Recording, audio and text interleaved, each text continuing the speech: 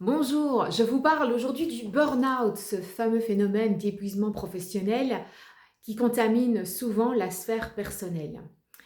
J'avais envie de vous en parler non pas à partir de connaissances théoriques qu'on peut retrouver facilement dans la littérature et sur Internet, mais bien à partir de ce que j'observe chez les patients, en espérant que cela puisse vous aider à identifier chez vous ces symptômes, voire de cerner si vous souffrez de ce fameux burn-out. Alors, ce que j'observe en général, c'est évidemment un surfonctionnement, un surinvestissement dans le travail et un surfonctionnement qui parfois se repère dans d'autres sphères, la vie privée, la vie même amicale, de loisirs. En général, ce sont des gens qui sont hyper motivés, qui s'investissent plus. Et à force de s'investir autant, eh bien, on n'a plus de recul, on a un peu le nez dans le guidon. Et à un moment donné, on en perd un peu le sens du travail. Donc, première chose, c'est un surfonctionnement qui s'accompagne évidemment d'un rythme de vie qui est complètement hallucinant.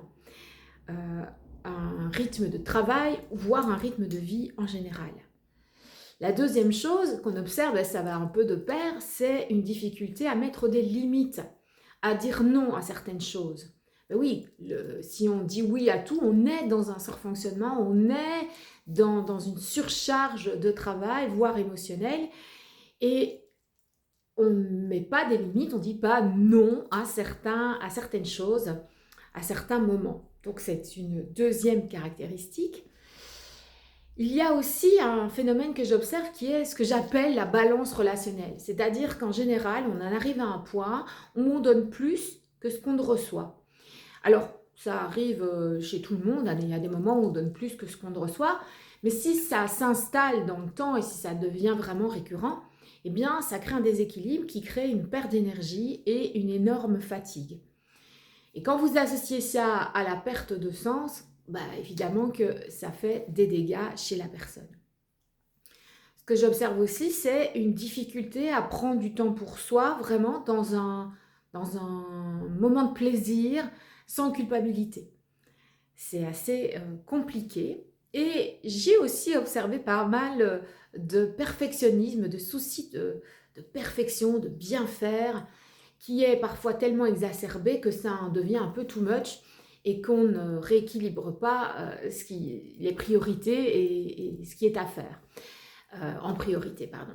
Donc, on a toutes ces caractéristiques-là. Alors, je vous en parle pour vous aider à identifier effectivement si vous aussi vous souffrez de ce fameux burn-out, parce qu'on peut parfois l'associer, le comparer à une dépression classique, mais ce qui n'est pas vraiment la même chose. En fait, ça ne se traite pas de la même manière. Et donc, par rapport à tout ça, j'ai proposé un cycle de 6 séances. Et là, je regarde mon copion. J'ai donné un titre aux 6 séances, mais évidemment que ça va se mélanger avec...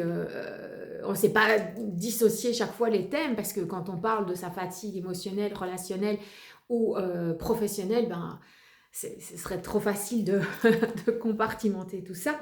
Et donc, j'ai fait une séance où je parle du rythme de vie, une deuxième séance où je parle des limites, de la balance relationnelle, du temps autrement, sans culpabilité, du perfectionnisme et d'un réveil vers le doux.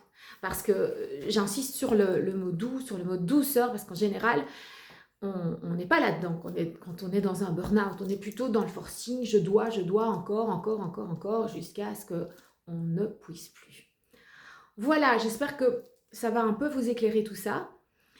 Et n'hésitez pas à prendre contact avec moi et surtout de prendre soin de vous. Bonne journée.